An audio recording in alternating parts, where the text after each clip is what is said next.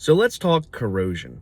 Now, many of you probably know that when it comes to corroding pipes, typically this is going to be because of the water's acidity.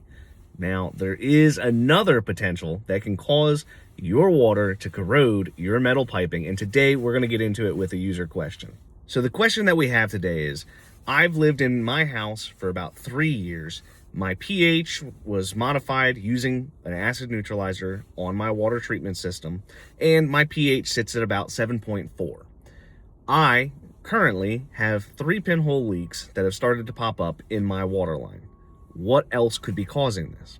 And this is a great question. And if you have any questions, leave a comment below. I try to answer them as fast as I get them.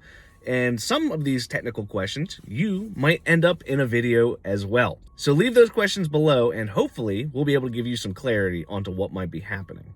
As we're all aware, pinhole leaks suck. Now, if you have copper pipes, I'm sure at some point you're going to encounter this problem. And if you don't have this problem yet, if you do have copper pipes, you will eventually have a pinhole leak. All of them end up doing it.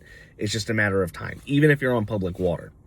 Now, a pinhole leak is when the pipe itself, the walls get so deteriorated that literally the size of a pin, the amount of water is able to actually spray out of the pipe. Most commonly, these are just more of like a nuisance leak, but if you have a vacant home or if it's behind a wall, it can be a lot more annoying and a lot more damaging. Usually how most homeowners will notice it is they'll see discoloration in the drywall, or they're going to see a lot of water kind of pooling around like a baseboard, and or maybe you might see it sitting in the basement. Hopefully it happens in one of your utility rooms to where you're not really moving around as much. Pinhole leaks suck. Now, the only way that you can fix that pinhole leak is you got to cut the pipe out itself, put a new piece of pipe in there, and then now you're good to go. That's why a lot of people nowadays have been switching to PEX and PERT pipe instead of, CPVC and copper. If you have polybutylene pipe, it's just a matter of time until that thing explodes and you're going to have a problem. But today we're going to talk about causes. Typically, when it comes to copper pipe corrosion, it's going to be because of the acidity of the water. So, acidity is going to be pH. Typically, you want to be at 7.0. That is your dead neutral acidity, right? Everything's good, it's neutral, nothing's going wrong. Once it goes lower than 7, now you're going to have acidic water. You go above it, now you're more basic water. If you go above it, now you're more alkaline water. Typically, you're going to want to treat this stuff using an acid neutralizer, so a calcium tank of some variety. Ideally, your pH is going to be between 6.5 and 8. Now, if you're much lower than that, you could be having some problems. For example, acidic water is not necessarily a problem. Let's just say it's at 6, right? 6 to 6.5, it's a marginal difference.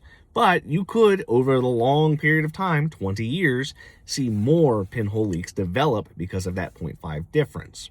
For perspective, as an individual, you won't be able to tell the difference between 6 and 6.5. For example, Coca-Cola is 2.85 on the pH scale. So it's fairly acidic, which is why everybody does these YouTube videos of dissolving meat and dissolving bone and all sorts of wild stuff. And it's also why when you drink Coca-Cola, it chews up your teeth and you end up with more cavities, right? Coca-Cola, love it. Just harping on them a little bit. We've all seen the studies. We all know what's going on. Now, they're not the only soda brand that has a low pH. Things like lemonade, additional things like Pepsi, root beer, all of these different things are acidic, and we drink them all the time. We're not going to notice the pH value with our taste buds. We might notice it's a little bit more nippy and a little bit more spicy, as some people will describe Coke, and with that, you're not really going to notice whenever it comes to plain Jane water. The purpose of increasing the pH in your water using an acid neutralizer is to avoid pinholes. This particular person has an acid neutralizer already in place, so they already have the solution to the low acidic water. What else could be causing this? And this is where it kind of comes into geography and placement of the well. The most common defect that we'll see beyond acidity is chlorides. Chlorides are going to be salts. These chlorides will basically come from road salts, salt water, anything to that effect. Most commonly, at least in my area, you're going to see, because we get snow, that it's the road salts that are intruding into the well. If you Google it, you're going to see exactly what I'm talking about when it comes to Maryland's State Highway Administration. Those salts that they've put in have contaminated a lot of wells, which cause the salt water to chew up your water heater, your copper pipes, any of your shutoff valves, any metal thing in your house. Once the salt gets into your well, it's really hard to get out. Typically, the only way you're getting it out is with a reverse osmosis system. Typically, it would be a whole house RO system, and they're very expensive. They're also fairly wasteful and take up a lot of space. So most people don't want to have any of these pieces of equipment in their home so that way they don't have to deal with the shenanigans that come along with it, especially when it comes to maintenance. Chlorides are a very common problem when you're in the Northeast. I would probably also up in the North Midwest area. I haven't really done much research over there, but I do know that they have been doing a lot of studies in our area, and they have started to notice an increase in chloride contamination since the 70s to now. I would argue that the increase in chloride is going to be because we're actually testing for it. I think we've probably always had an issue with salting the roads. I think we've always had an issue with it contaminating the wells. It's just now that we're actually looking at it, we're starting to see a higher hit rate for wells that are contaminated. Typically, I recommend testing for chlorides if you have a house that's relatively close to a salt dome.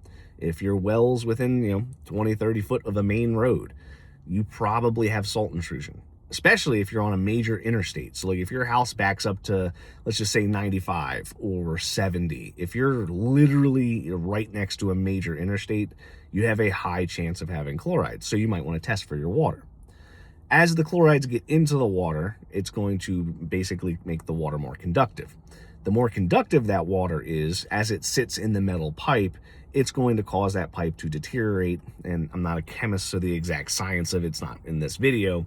But basically what's going to happen is that metal is going to dissolve into the water, which will then weaken the sidewalls of the water until eventually the sidewalls give up. And boom, now you have a pinhole leak.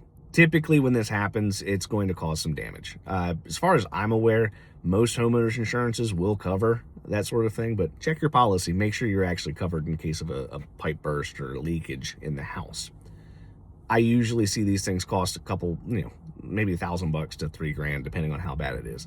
If it goes in a vacant home, we can start looking at 5 figures plus in repair costs, to which nobody really wants to do.